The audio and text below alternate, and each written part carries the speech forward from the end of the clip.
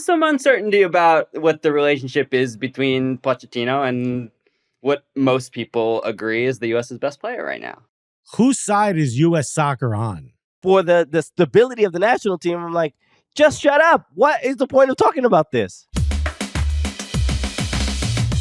This is an interesting and exciting time. Obviously, a writer for Yahoo Sports, and especially as someone who covers the U.S. men's national team and the women's national team thoroughly, there are few that can provide the insight necessary. So let's immediately just start with obviously Trinidad against the U.S., a 5-0 defeat of Trinidad. Obviously, after the constant string of losses and all the drama, a 5-0 result, as you said in your article, provided some relief. But I still think the main talking point of this weekend had nothing to do with the game. It was really about Pochettino and Pulisic and the drama there. So when it came to any press conferences and I saw his response that he had with Paul Tenorio, but what has your summation of this, and how much should we be caring about this?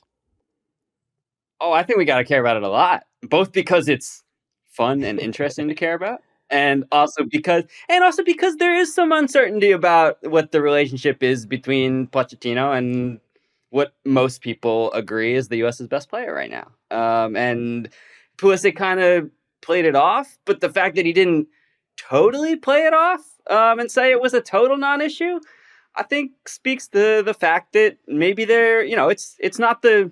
And look, there's time for it to become a better relationship, but it might not be the best relationship right now. And because Christian didn't come out and talk about his decision to skip the Gold Cup originally, like this thing has dragged on, and now I don't think there's anything that can happen in the Gold Cup group stage that is going to be a bigger story than all this. I guess my question is then, Henry, whose side is U.S. soccer on? It's a good question. It's a very good question. I think they're more on Pochettino's side right now because they're paying him $6 million, and they don't pay. Christian gets paid a lot of money, but not by U.S. Soccer. So they know they need Christian, and they know that he's going to be key next summer, and indirectly they can get a lot of money off of a good performance next summer. But I think they're probably siding with Poch right now. Yeah, I mean it's something where a lot of people watch the interview that Christian Pulisic did on Call It What You Want, right? That's what the show's called. Mm-hmm. So he's on that show, and we were talking about it before, like that him revealing kind of what happened, that he wanted to play in the two friendlies and didn't want to play in the Gold Cup, that this was like, he didn't need to talk about this, right? And then I think it was a telling statement when Pochettino, in responding to this, he says, I don't want to get into details because it was a private conversation. It looked like he's like, I know that he's the face of this team. I'm not going to throw him under the bus. I'm going to look after him. Not going to say anything, just say he's not available and rest and blah, blah, blah. But Pulisic saying this sounds like he's mad that, or at least frustrated that he wasn't welcome in those two friendlies. And there's a lot of like, this could have all been avoided if you just shut up. So for us, I'm like, yeah, more fodder. But for the stability of the national team, I'm like, just shut up. What is the point of talking about this? Shut up or come out and talk about it when you made the decision weeks ago. Because what the reason he did this interview with CBS is because there's all these narratives out here that he never told his side. He was never able to tell his side of the story because he never chose to tell his side of the story. He never came out and did an interview at the time. And so, the thing that set all this off was Landon Donovan talking about, Christian, like in the context of Cristiano Ronaldo giving so much to the national team. Yeah. And Christian's probably watching that being like, wait, no, Cristiano Ronaldo went and played 2 games for Portugal. That's what I offered to do too. Yeah. I offered to play. I wanted to come play 2 friendlies. I didn't want to play a whole month-long tournament. That's not what Cristiano Ronaldo and these other guys, some of his teammates at AC Milan that people are comparing him to. That's not what they are doing. So I think he felt a need to come out and like defends himself a bit. Yeah, the Pulisic Pochettino situation is a little sticky. And you know what makes our situation a little less sticky is if you hit that like button, it tells YouTube to share this video to a lot more people who don't even know who we are yet. Think about how crazy that is. How do you not know who we are? I don't know. Help us out. Hit that like button. I mean, he is also 40. 2 matches is a month-long tournament for a 40-year-old compared to Christian Pulisic. That's fair. That's fair. Totally fair.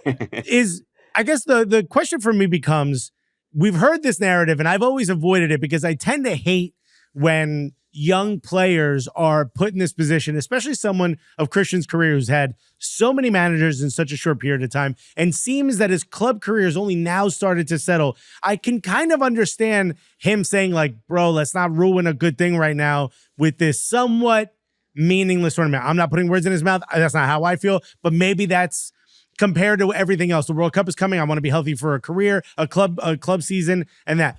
But at the same time, I've heard people say, oh, the national team is now camp cozy and it's more of a spa weekend than it is a hard nose, teeth, to the grindstone, whatever all those cliches are, sort of rough. You got to prove your point. You got to earn your spot. That some of these guys feel like their spot's already earned. They don't have to try so hard. And this sort of adds, exhibit B and C to a lot of those arguments.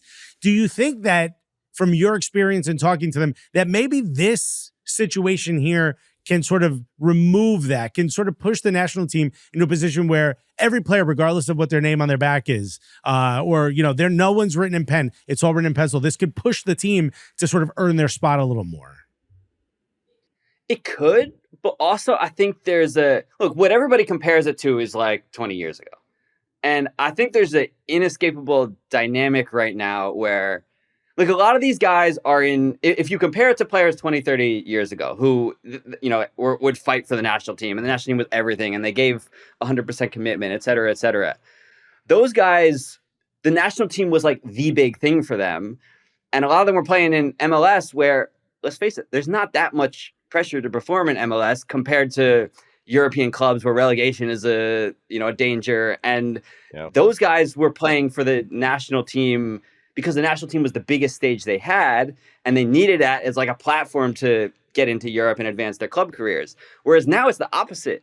Like Weston McKennie and Tim Weah are playing, and Christian Pulisic and all these guys are playing in front of 50,000 super passionate fans every week where there's tons of pressure to perform.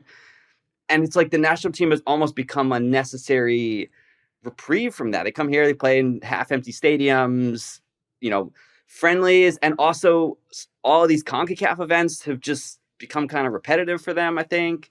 So I don't think you're ever going to reverse that dynamic back to what it used to be, where the national team is the big thing. But Henry, they said we need our players playing in Europe.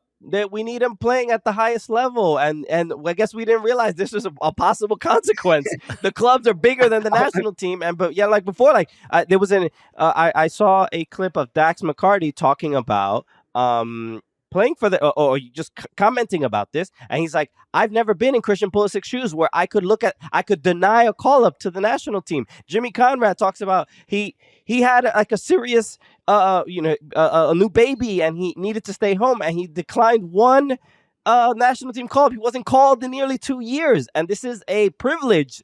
It's a privilege to be able to say no and know that you're still going to be called into the national team. So that does change the heart and the dynamic of the team, because yes, 20 years ago, it was not like that. It was too important to play for the national team. So it's what an interesting consequence and that I think we didn't expect about our players playing at the best clubs in Europe. 100%. And now the interesting thing is like, these guys who are getting, the guys who are getting called in now, like Sebastian Berhalter and Max Arfsten and all these guys, like they're the Dax McCartys right now, right? Like they're the guys who, of course, they're not going to turn down a call up. Like they are going at this with absolutely everything they have. It's the biggest opportunity of their career. So can we either get the European guys to feed off that and treat the national team as everything? Or are all these Dax McCarty level dudes good enough? Like, are they Right. are they any good? And I think that's the big question of the next 12 months. To Dax Also, McCarty. right. I also He's do a want hard to say, worker. like, Hard worker. for sure. Oh yeah, this is not. Yeah. This is not. Yeah, we're not. We're not. This is not an. No, Henry, we get it. Conversation. Like people who are just lucky to even be called up and are nowhere near skilled or qualified. That's what you're saying, right, Henry? Like Dax McCarty. Okay, yeah. I mean, obviously, Dax is going to see this, and I have a message for you on MLS. And he has a lot of time now to respond.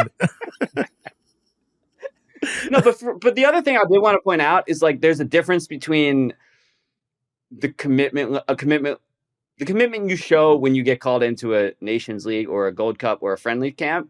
And, like, the World Cup is a bigger level than even what these guys experience on a week-to-week basis at their clubs. And that's the hope, right? That, yeah, they might not care that much about friendlies in the spring or summer of 2025, but when June 2026 hits, like, you're going to get full intensity. The issue is that I guess you don't get much time building up to that as a collective with everybody caring, but I think there's a legitimate question about how much that matters. And World Cups are one-off events that anything can happen in. And if you show commitment, like that's what we saw in Qatar. These guys were terrible in the last friendlies before Qatar, and then they were pretty darn good, and they certainly cared in Qatar. So, well, Henry, when I was young, one of my cousins who eventually became a doctor came over the house, and when he left, my mom goes, "Now that's a good son."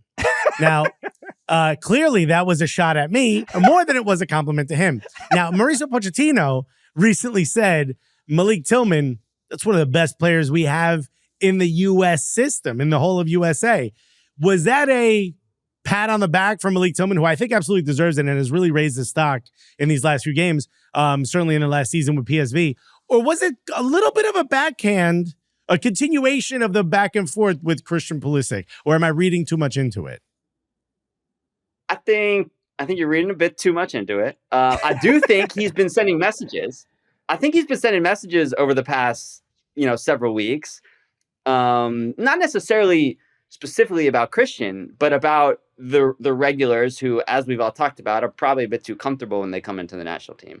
So I think he has been sending that message. But I think this specifically is more so about Malik. Like, I think Malik really is one of the most talented players in the U.S. pool right now, and totally could be a starter at the World Cup in 12 months. I truly believe he will be the starting 10. Yeah, that's I do want to. He's at a level higher than Gio Reyna right now, for sure. Sure, which is crazy. Which is, I mean, he gets on the field and plays, so that's the bar isn't too high when it comes to comparing those two. But Gio Reyna is the me in this scenario I painted before versus your cousin. Yeah, I do want to talk about some of the players that are there. I think it's interesting given that the Club World Cup, being at the same time as the Gold Cup, does present opportunities to some of the players. That I think there is a little bit of the results in those friendlies not being totally Pochettino's fault, given that there are players missing due to the Club World Cup, like really important players. But I want to talk about players like Diego Luna and Jack McGlynn, who are playing well. They're increasing their stock. It's an interesting situation. We were trying to predict our 2026 Gold Cup World Cup rosters, and I didn't have Diego Luna on there. I think you didn't either, Alexis, if I'm not mistaken. I don't remember, but it's an interesting thing because I still think Gio Reyna is going to come back, and I don't know if I'm crazy, but can Diego Luna and also a player like Jack McGlynn make the squad? We saw the goal that he scored against Turkey, right? If I'm not mistaken. Can these guys actually be there in 2026? I think at this point, Diego Luna is going to be there. Like, just because every time this guy steps, he has not stepped onto the field of the national team and been underwhelming a single time. Like, he has been, he fights. He's been decent on the ball. The game, like, the level has not seemed too high for him. Obviously, the World Cup level is higher than any level he's played at in these friendlies or Nations League games.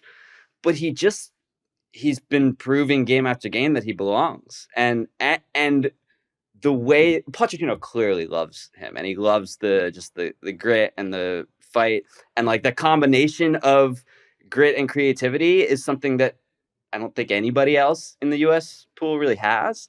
So I think I don't know that he's going to be a World Cup starter. I don't know how much he'll play, but I think at this point he's absolute. Unless he disproves it over the next 12 months, I think he's on the roster. Jack McGlynn is an interesting one because, for a long time, everybody kind of profiled him as like a central midfielder who he's not super athletic, but he's super technical. He's great on the ball, like a kind of a deep lying playmaker type of guy. And suddenly he's playing, like he is playing in the position that Tim Weah usually plays for this national team. And they are completely opposite players. So it's right. It's interesting. I think there's a chance that he's on the roster. Can he perform and do some of the? I think we've also seen his limitations in the past few games as well, though. Like he athletically, I don't know that he's at a World Cup level right now. So he's more of a maybe still on the outside looking in for me. But he's certainly been one of the more impressive players this camp. I think we kind of all line up on who we think has raised their stock enough to get in that. But you mentioned another player that Christian and I haven't really talked about as much, but has had some pretty good performances the last few weeks in Berhalter. Is he good enough? Is he showing enough? Or does he need to make maybe a move to Europe or a higher level than MLS to really solidify even a fringe position for this national team? Yeah, I don't think he's there quite yet. I think he's got it. He's been steadily rising in MLS, or maybe not even steadily, like pretty quickly rising in MLS over the past 12, 18 months. But I think he's still got a ways to go. Even like you see it, even yesterday against Trinidad and Tobago, who is not a very good team, to be completely honest. There were a few times where he was getting beat, without the ball in midfield.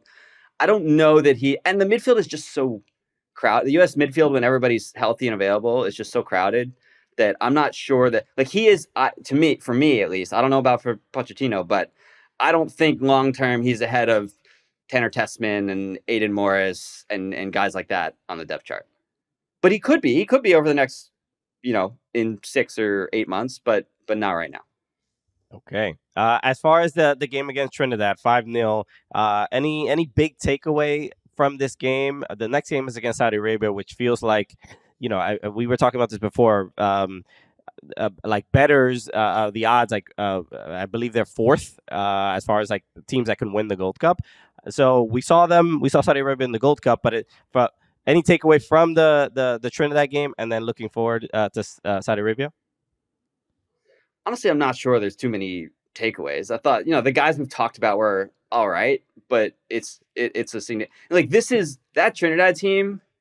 Remember, 8 years ago or whatever, when we went into that World Cup qualifier that obviously is infamous now, like everybody was saying that was not a good Trinidad team, and it wasn't a good Trinidad team. But this one is significantly worse. Like this is a pretty low level. It's a pretty big rebuilding project right now. So I'm just not sure there's too many takeaways. I thought it was interesting that Matt Freese got the nod in goal. Like, I think Matt Freese you might have to say, is the number one goalkeeper right now over Matt Turner, given Matt Turner's previous performance and given who has gotten the start. Which is fascinating because just a couple weeks ago we were at when they revealed the World Cup poster for New York, New Jersey, and we were at this event in New York, and Matt Freese is there with a couple NYCFC players, and I told him face to face, I'm like, man, it sucks that you didn't get any minutes in the January window. And he's like, yeah, they kind of told me that, given that I was new, that I probably wouldn't get any minutes. And look at where that was just a couple weeks ago, essentially.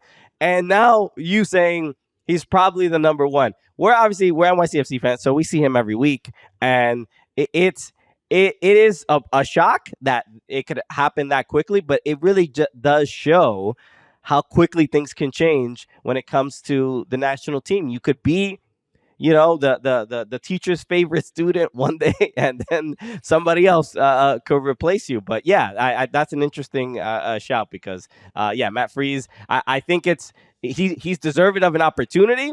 But even then, I told him, like, man, it sucks that you didn't get any minutes. But even now, I'm like, oh, slow down. Oh, wait, are you sure you're ready? Like, I want to, like, take care of him. Hilarious. Can you tell he's a dad, Henry? Maybe this is too much too soon. You don't have to smoke the entire pack of cigarettes. I was just trying to make a point. But it's also, I think it speaks to the fact, maybe a better way to put it is that there is no number one goalkeeper right now. Right. That spot is kind of vacant, and we've got a bunch of number 2s and 3s. And we're hoping that one of them becomes the number one over the next 12 months. But nobody's really at that level right now, which is such a departure from, like 10 years ago, we had like 2 or 3 number ones. We had Tim Howard and Brad Guzan and others who were kind of pushing for that spot. And now it's totally open going into the World Cup. Henry, maybe you can help me make heads or tails of one of the most frustrating things with this national team, and that's Patrick Agyemang. Like, I can see, I sound like one of my school teachers. I can see the potential, but he's just not living up to it. I can see these flashes of brilliance in these ways where I'm like, oh, he can do stuff. He seems to take some talents of multiple potential starters in the 9 position that we have on our roster, and he seemingly can do 2 things that 2 players can do within 1. But then he misses wide open headers and, situations where I'm like, that player worked so hard to get that ball to you, and you didn't take care of it well enough. And is this a player where we're going to be looking at and say, maybe he was born a year too late to make it to this World Cup squad? Or am I just not seeing the forest through the trees? I think he's been on such a meteoric rise in his whole career, not just with the national team, but when you look at his background, that each of these levels, like including, the MLS level a couple of years ago when he first broke into MLS, is a significant step up for him. And I think that's what you're seeing with the national team. And sometimes when you when you play at a level that you've never played at before, like, I think he's certainly shown that he can hang physically at this level.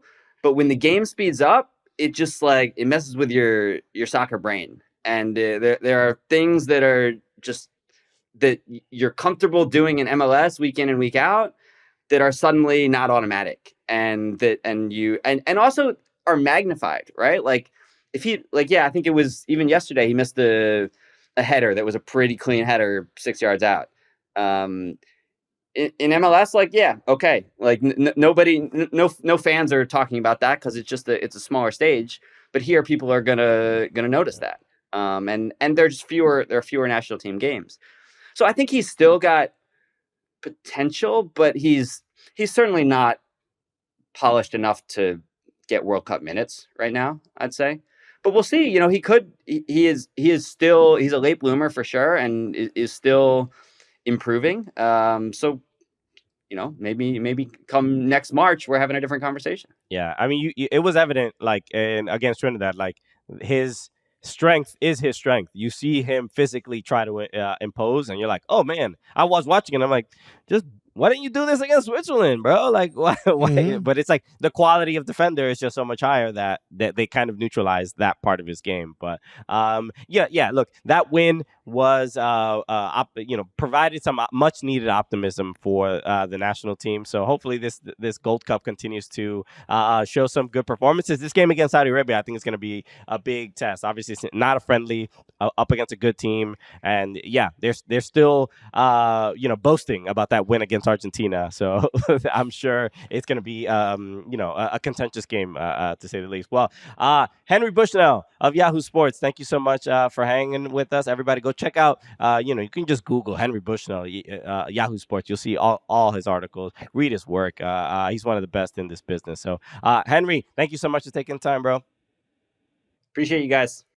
Welcome back to the show. Henry Bushnell, the greatest. You guys know it. He hates doing our show because we make him look a little bit more unprofessional, and that's my fault. Let's talk a little bit about what we saw on Friday or on Saturday with the Mexican national team, the quite possibly one of the best teams in CONCACAF, losing by winning 3-2 against DR. Yeah. Does this, for the Mexican fans, this felt, Mexican fans are upset when they're giving a lot of credit to the Dominican national team and they're saying how well they played. I've never seen the Mexican national team play 5 at the back versus a Spanish-speaking Caribbean opponent. This has major implications for the Mexican national team. Yeah, this is I loved it all. I mean, if you're watching, I can tell from the shirt you're wearing, buddy. You see, I'm wearing the new Dominican Republic national team kit, which is a everybody wants. So for all the people that are messaging me and DMing me, I will do my best to try to find out where you can get them, but they will be available somewhere. Again, I don't know why you put this on yourself. If you would have just taken a picture of the QR code and replied with that, you would have been so much easier. I don't know why you're doing all this extra work for no reason. The issue is that there weren't any available. So but there were more. That guy, the salesperson, should be handling this, not you.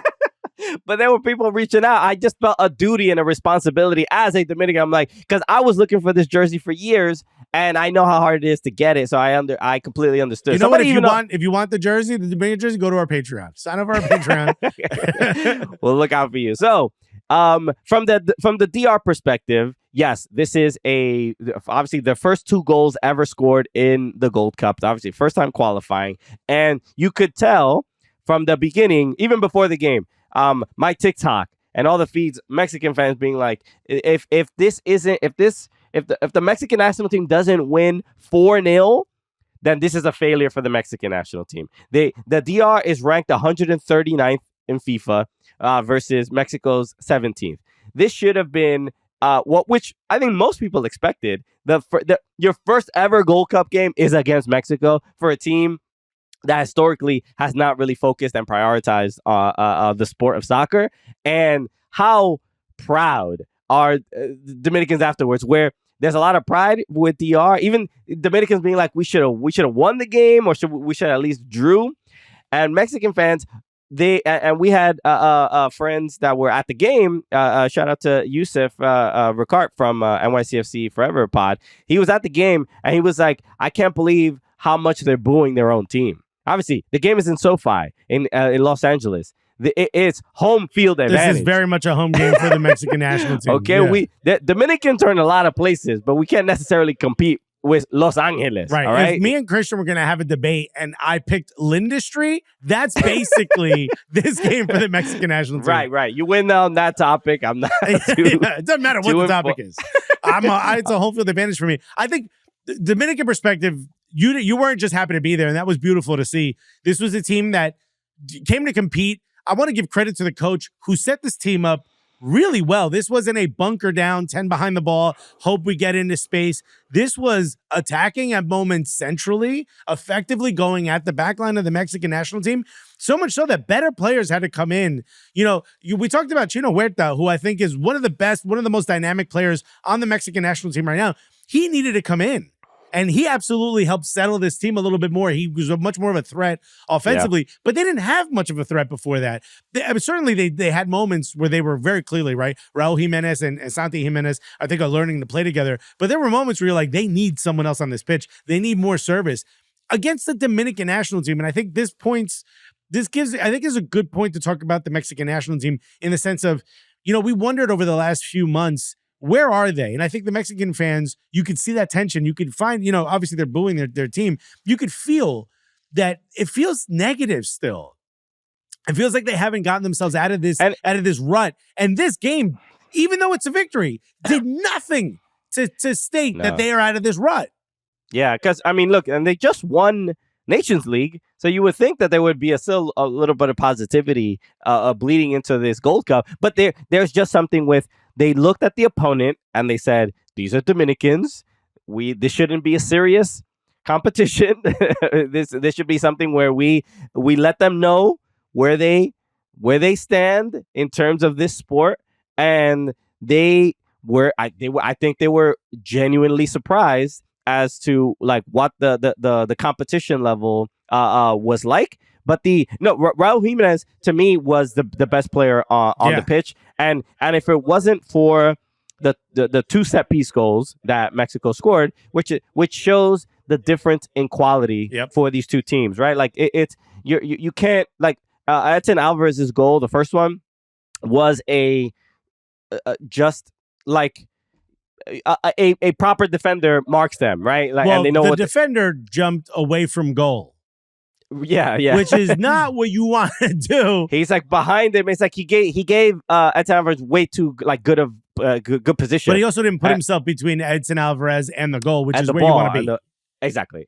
So you can see that's where kind of the difference was. But if DR was better in set pieces, they could have won this game. Like that's where the kind of like the differences the differences were. Am I overplaying this by saying balompié beef football? Well, you were talking about Raul Jimenez and Santi Jimenez, looking a little bit better playing together. But I when there was Santi missed like a pretty good chance. I think it was in the first half. I don't remember. But as I'm watching it, I'm like, thank God, thank the heavens that Santi Jimenez is wearing a Mexico national team jersey right now, because this is our best opportunity to actually maybe get a point in this game. So they had a lot of issues. I think there was also the clouding what clouded Mexico in a lot, and a little bit of drama was not obviously the protests, the ICE protests were happening outside the stadium, but then the coach Javier Aguirre, his comments, I don't have them in front of me, but he didn't speak very supportive of the Mexican community in Los Angeles. It almost came across as like he was indifferent to what was happening. Yeah, he was just like, oh, this is basically like, this isn't my issue. I'm just a coach and blah, blah, blah. And that put us, but like a bad taste in a lot of people's mouths, because it's like, you're the coach of the Mexican national team and you see that Mexicans are being targeted in Los Angeles, and you're just going to kind of like sit on the fence on this one. It was pretty bad. And then if you're going to sit on the fence, I hope it's Pickett. Okay. All right. Whatever you're into. Yeah. I just hope it hurts, if that's what how you're going to react to that. So I think, look, Mexican fans, it's interesting seeing the discourse now, because it's actually, I think, a little bit positive in that they're not just shitting on their own team. They're praising Dominican Republic. Yeah, but I don't think you understand the Mexican fan base well enough to know that them praising their opponent is another way of throwing shade at their national team. Yeah. So, but at the very least, I'm sure it elicits a different emotion that they're not particularly... You just like it because you're Dominican. You're like, look at me, I'm getting praise from other soccer people. So, okay, look, obviously there's been a lot of conversation about Club World Cup, but I think these first few matches are incredible. So let's go around the league. Let's talk about Club World Cup. First match, PSG absolutely destroyed Atletico Madrid in a way that I did not think I'd be saying that sentence. Even though I think PSG are favorites, I thought Atletico would be much more up for this game.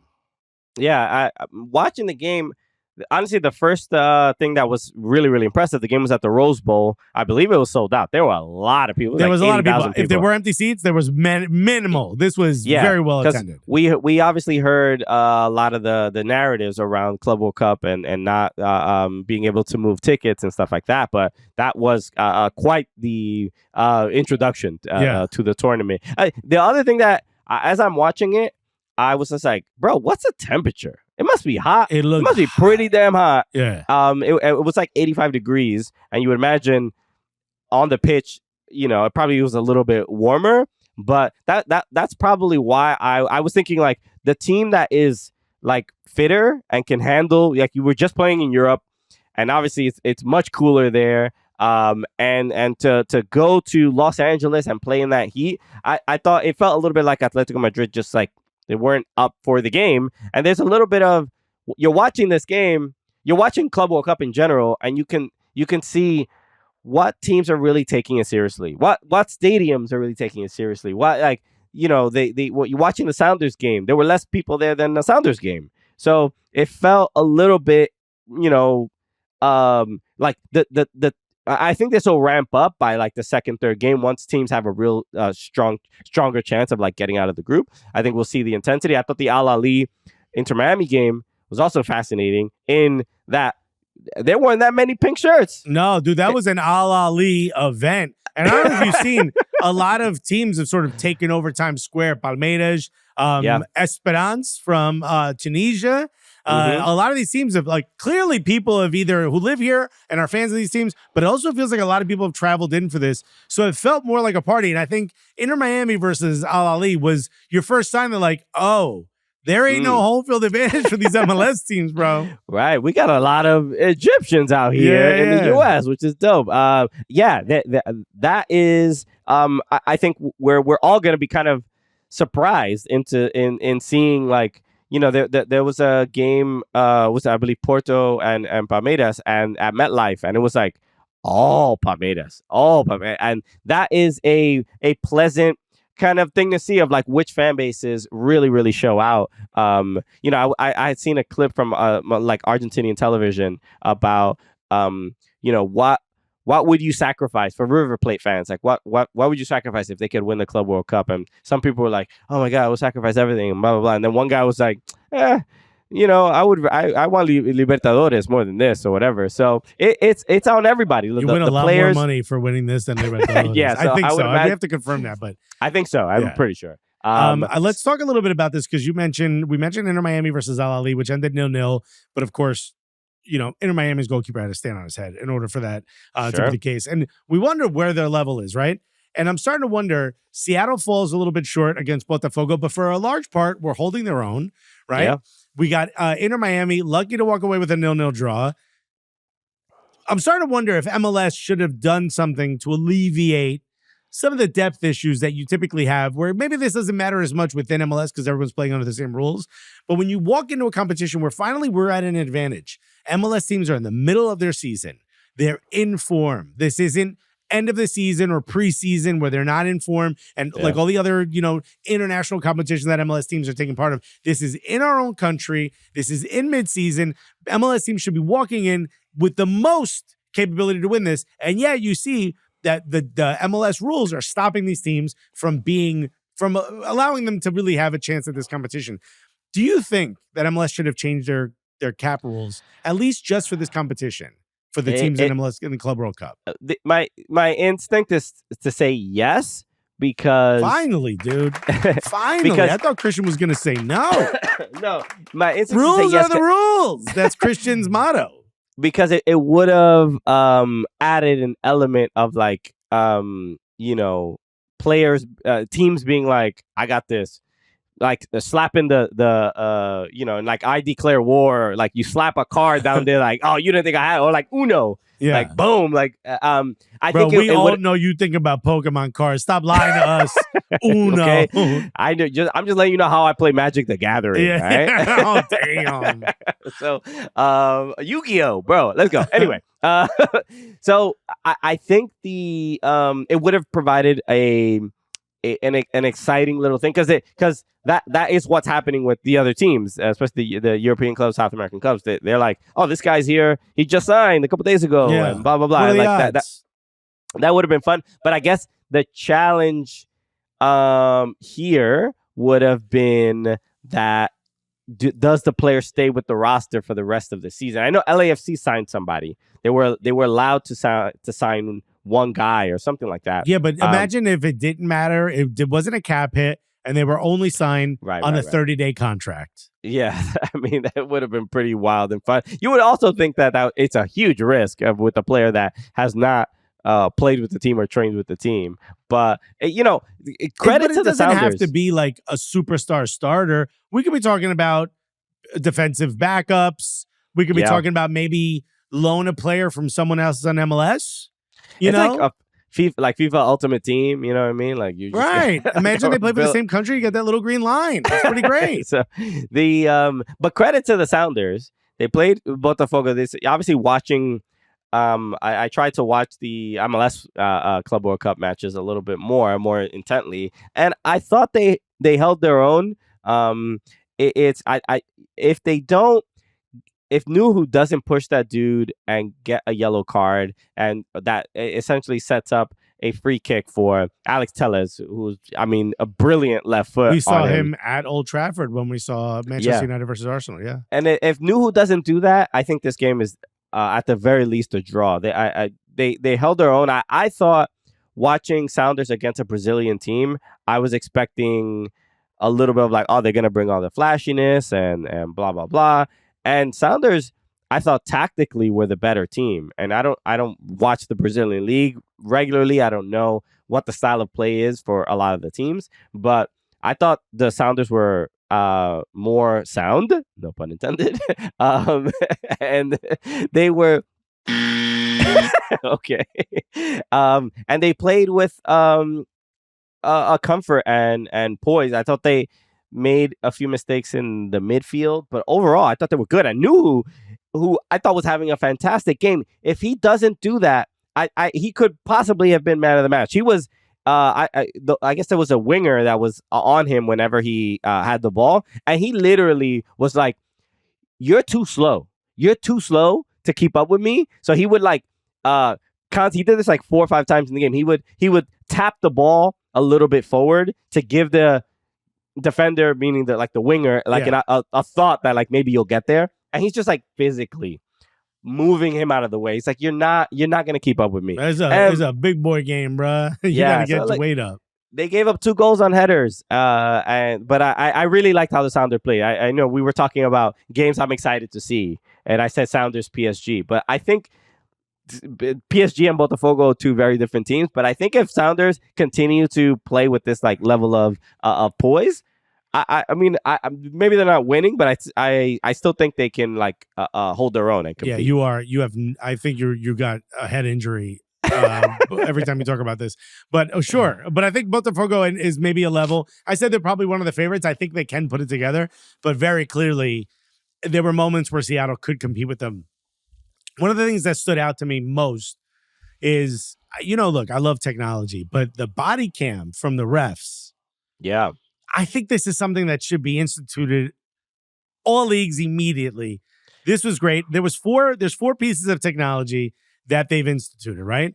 So we talked about body cam, which is, I think, incredible. It's used in the broadcast. It gives you a great idea to see what the perspective of the referee is. It's not where the referee is looking, but it's essentially what's happening directly in front of the referee. But it's a wide enough sort of fisheye lens, kind of gives you a much closer detail of what it looks like on the pitch versus from the sideline, which is where most camera angles are. You get live VAR feeds for stadium fans, which I thought was incredible. The fans now know what's going on, which is something that happens a lot more in American sports. We're willing to show the fouls. We're willing to show the play. Where in Europe, they don't do that because they don't want to stoke any anger, which is ridiculous. Everyone's anger already. AI offside detection, so semi-automated or fully automated offside, which again, the technology works. I get that it's expensive. I don't know why every league hasn't instituted it yet. But also, this is interesting. The other piece of technology is no more paper substitution slips. Did you know about this? I did not know that. The teams are now using tablets to say who their subs are. So the fourth official is no longer receiving a piece of paper and time to get in to the clock he holds over his head. It is now being received via tablet. So once it's input, everyone knows what's happening. It's no longer little notes. You know what I mean? Which have gotten coaches like Petke in trouble in the past. Sure. What are your thoughts on the technology so far? I think I don't really care so much about the tablet, but I think that's technology that's pretty easy to institute. But for me, offside, fully automated or semi-automated offside, let's get it going. And I love the body cam and explaining to everyone. Everyone can see what VAR is seeing. Yeah, I mean, the body cam is, and we've sort of seen it before, we saw it in the MLS All-Star game in 2017 or 18 in Chicago. That was the first time I really remember seeing it. But this is, in a competitive game, it adds especially the new who foul, where when I saw it through the regular broadcast, I'm like, oh, come on, why does he get a yellow? It wasn't that big a deal. He pushed him, but it wasn't that big a deal. And then you see it from the body cam 10 feet away, where the ref is, and it's like, oh, okay, yeah, it seemed a little aggressive. So it adds a level of context and a piece of sports that we're not used to getting, right? Like the first person view, whereas it feels like Call of Duty, right? Mm-hmm.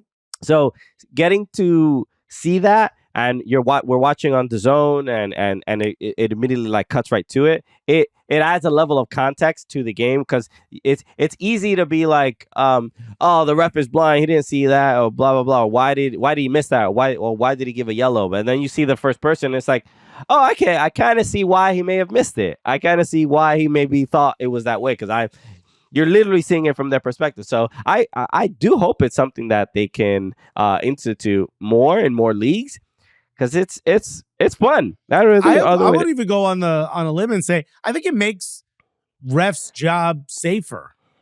I think it makes it a little bit easier to be a referee, because it's not so much that, well, here's what I saw, and what I saw is 100% true. Now I get to see what they saw. And like you're talking about a prime example where watching on TV, you're like, oh, come on. And then you go to body cam and you're like, oh, that's what it looked like from that side. Now you're getting a camera directly in the middle. It's like as if like a Insta 360 was running around the pitch. You'd get a better shot. These things are used so much more, different angles, I should say, are used so much more in NBA and NFL, where I think as fans of American sports, we're so much more familiar with all these multiple angles, where when it comes to soccer, it's very much like 4 or 5 positions along the barrier of the stadium. And you're like, this opens up the conversation a lot more to be like, no, look at what the refs saw. I think it makes their job safer. Sure. I mean, you sound like you're advocating for body cams for the police as well. Like, yeah, it was like, imagine players are shining flashlights into the body cam. It is. But interestingly enough, I think us being more used to and conditioned to body cams on police officers has made it so whenever there's conflict, we can see their perspective and decide whether we agree with their decision or not. And with referees, it's really no different. I don't know. And we know a referee got it wrong if they shut the body cam off. Why you and shut they delete the footage? So it's some shady refs out there. All right, so some people are gonna be like, it's just one bad apple. Doesn't mean they're all bad refs. The thin black and white line of silence.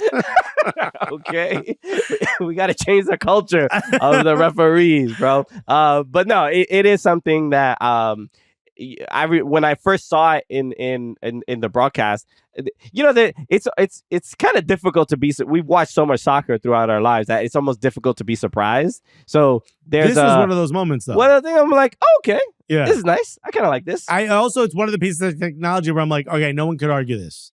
This helps everybody. This helps the refs. This helps the fans. This helps the players. Everyone, we're all on board. You know what I mean? The only people who hate this are like the guys who are like, we shouldn't even be on TV. You know? It should be factory workers playing each other. Those are the only people who can be upset. There's so much more to talk about. We got transfer roundup. We got so much more. Come back after this. Welcome back, everybody. Let's get to some transfer roundup and talk about some of the transfers that have already happened this window. And let's start with Arsenal. Arsenal, the rumors are that Benjamin Sesko and Victor Gyökeres, like they're trying to decide between these two guys as to sign a desperately needed striker. So, Alexis, as the Arsenal fan, who would you prefer? First of all, there's 2 things at hand, right? One, yes. Pick one. I don't care if you flip a coin. I don't care what you do. I actually think Benjamin Sesko, as much as I think he is a first-time merchant in a way, he is super fast, super skilled with the ball, and I think he has a higher ceiling, and that's the player that I think we should be going after. If you're Arsenal, I think he will be one of the best center forwards in the world, and I think Victor Gyökeres, I think that, will not be the same player that he was at Sporting Club when he goes up against better competition. I think you saw that at moments in Champions League. But both of them are better than not having a striker, which is how we tried to get through Champions League this year, especially with the injuries that Arsenal suffered. So go get one of them, build around them, get someone who can score goals, please, and then replace Martinelli, which is second important. But also, why are Arsenal taking so long to sign players? This is why we brought in a new sporting director, and it's the same thing. It's the old Arsene Wenger way of waiting so long. I hate this. Just make a decision, go after your guy, and get it done. Yeah. I mean, between the two, the only the positive for Sesko is his age. He's 22 versus Gyökeres is 27, if I'm not mistaken. So there's a little bit. Maybe you're getting a more polished striker. Maybe for the short term, it might be a good move. Gyökeres, I don't see how either of them can go wrong. But if I had to pick, I would take the risk. It's not a tremendous risk, but Gyökeres feels like he seems like he's ready right now. Yeah, I think there's a level that each of them are going to step up. But for some reason, I think Benjamin Sesko feels more like an Arteta signing. Feels more like a player that fits in Arteta's system versus Gyökeres. But again, I don't care if it's Ollie Watkins. Sign somebody. Right. I mean, get it done. Out of those three, I would pick Ollie Watkins. Yeah. Well, stop it. You're absolutely smoking. Something's going on in that house. I think there's a carbon monoxide leak in whatever room you're in. Let's go to Italian national team. It's not necessarily a transfer, but they brought in Gattuso as their new manager. This could be a powder. This feels like you're throwing a pit bull in a chicken coop. But okay, what are your thoughts on this? Do you think this is the right move for Italy? I mean, sometimes maybe good and sometimes maybe shit, right, you know? Which is funny because remember when I said that on CBS and I got in a lot of trouble? This was the scenario. Not Yahoo Sports, bro. We can say whatever. We can say whatever the we want on here. Even though they bleep that out. Even though they bleeped us multiple times. We can say whatever even though we want. made Carter's job a little bit harder. But if you remember that scenario, we were talking about Patrick Vieira potentially becoming the men's national team coach. And Nico said, oh, well, just because you won a World Cup doesn't make you a great coach. He's like, what about Gattuso? He won a World Cup. And how did he do as a manager? And I said, sometimes maybe because this is literally the scenario we talked about. Yeah. When we were, when NYCFC had the 10-year event and you hosted it with Andrea Pirlo. Yes. And there was a Q&A section, and there was a fan that asked Pirlo about the Italian national team and Italy in general, about producing talent and like how they've kind of underperformed the last couple of years. And I thought he was going to respond with like, yeah, it's bad right now, but like, there's improvement and we're trying to find good players. You thought he would answer the way someone from like Bensonhurst would answer, which is like, what are you talking about? It's just a little divot now, but we're fine. We're Italy. He was like, no, the Italian national team is bad. We're not producing players, and he couldn't really even explain why. I don't know what is going on, because when it comes to like the US, you realize like we have the talking, it's pay to play or blah blah blah, and we have the things you can say. He was just like, I don't know what's going on. It's like everybody's just not good. We're not developing quality players anymore. Maybe they're drinking wine too early. Maybe. Yeah. They just need to shift the wine schedule a little bit. So hold on. I think this is the first Southern Italian manager for the national team. Okay. So I believe so. I think I think he's the first person from the Campania region, from the Napoli region, to be the manager, which culturally in Italy, that is a significant thing. Okay. This is huge. Is he fiery? He's a fiery Southern Italian. I think we all know the answer to that. Is that why they have been excluded from those opportunities? Well, let me tell you something. This team will be running. I know that for sure. They are at the risk of missing the World Cup, so they need. They have a game coming up. I forgot who they play. Yeah, I forgot who they play too. Is it Norway? It might be Norway. Whatever. There is a road by which they don't qualify for a 48-team World Cup. So Italy, get it together. 3 World Cups in a row you don't qualify for is crazy. They have Estonia next, which you would expect to win. You don't win that. Right now in the group, it's Norway at 1, and they get an automatic qualification to the World Cup, and then 2 of all teams, a European nation that we all know, Israel, is in second. So we understand the embarrassment of Italy missing World Cups, but if Italy misses an opportunity for the World Cup and Israel moves on to the next like a playoff stage or something like that, it is. And we know how Italians feel about Israel as well. There's a lot of obviously a lot of things a lot of big narrative, but it would be embarrassing to a new degree that I think people are not used to. So how about second round of in a group in the World Cup, if Israel and Iran get into a same group, it would be crazy. Interesting matchup. Yeah, Let's see. we're gonna have to do that one behind closed doors. Let's talk a little bit about Garnacho. No sky cams. No sky cams. Yeah. A lot of body cams. A lot of body cams. We need plenty. Yeah. Which we got. Let's talk about the Premier League, because a star, someone we thought was going to be a star, has sort of fizzled as of late, but he wants to stay in the Premier League, even though Manchester United are kind of on the outs with him. Alejandro Garnacho wants to stay in the Premier League.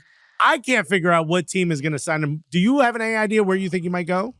I don't know where he might go. Wherever he does go will be a better situation than he's currently in. I really feel like Ruben Amorim has, and this is the negative about Ruben Amorim. He did it with Rashford. You know, he scolds, he punishes players that are not up to his standard, which I understand. Like, you know, if they're not doing the things that the coach requires of them, but he hurts the stock of players by kind of doing this. They don't, and this is probably Manchester United as a whole, but Garnacho is a player that the promise was really there, and in the last few months it's just been like, you know, that he has problems off the pitch, and he's maybe a distraction, or he's not as professional as the coach wants him to be.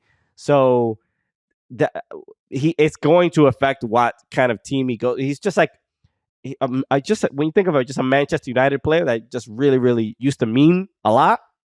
That you came from there, and that club wanted you, but to like kind of discard him like this, I think it's going to affect even what teams would even want him. I kind of disagree. I kind of like this because I think back to the Sir Alex Ferguson days when rumors would be coming out about Wayne Rooney, you know, being in a car with a side piece and getting in an accident, or, you know, rumors of something with a granny, or, you know, other players, you know, getting a lot of the stuff that they did on the pitch thrown in the press, and they would, you know, be silent on it and just play through it. This is actually like a good sign, I think, for the future of Manchester United, which is if you come here and you don't have your head on straight and you don't take this seriously, it's going to hurt the potential. Alejandro Garnacho, a year ago, we're talking about him going to whatever club he wants in the world. Right now, the two rumors are Arsenal, which seems to have kind of already gone away. And right now it looks like it's Aston Villa. Aston Villa would have never been able to get Alejandro Garnacho a year ago. It would have been, the value of this player would have been so high. So this goes to show, if you're a player, if you're a young player in particular, and you show up and you don't take this serious, this is going to hurt your stock. And yeah, Manchester United, financially, maybe they can't take that much of a loss. But overall, they can handle not getting super high value for some of these players that aren't living up to the standard. This actually might set the players straight a little bit in a reverse way. But I get your point, which this is crazy. I think he should go to La Liga. I mean, I know he wants to stay in the Premier League, but I think he would do great in La Liga. But sure, I mean, I can see him at Real Sociedad for sure. Sure. I mean, he'd be great at Everton. We need a left winger. That would be lovely, but I doubt that's a realistic destination for a player like him. What about Mathys Tel? He made the move permanent to Tottenham. Tottenham now go out and get Thomas Frank. They go out and get Mathys Tel, who's obviously a great player. What are your thoughts on this? You think they're going to be a good match? Since when he signed in the January window, I was genuinely pretty impressed with Tel. I thought he fit in to the Premier League pretty well, and he's very aggressive and attacking, and he chose to go there. Right, he had other options to go to different teams, and so I think it's a good fit. And he seems, obviously he's going to be playing in Champions League. I think it's an easy decision if Tottenham are in Champions League. Yeah, there's no question. But, but Thomas Frank, I think he's so versatile. And he's willing to change his tactics so much for the opponent that they have, that I almost don't know if this is a good fit or not. Like, I think we have to wait to see what Tottenham looks like. I think if we're talking about Ange Postecoglou, I think he had a few good games, certainly. But Ange is like a different animal. We know what he's going to do. No one really knows what Thomas Frank is exactly going to bring to Tottenham. Right. Yeah, it's a whole new stage for him. They're probably going to defend a little more. I think I know that.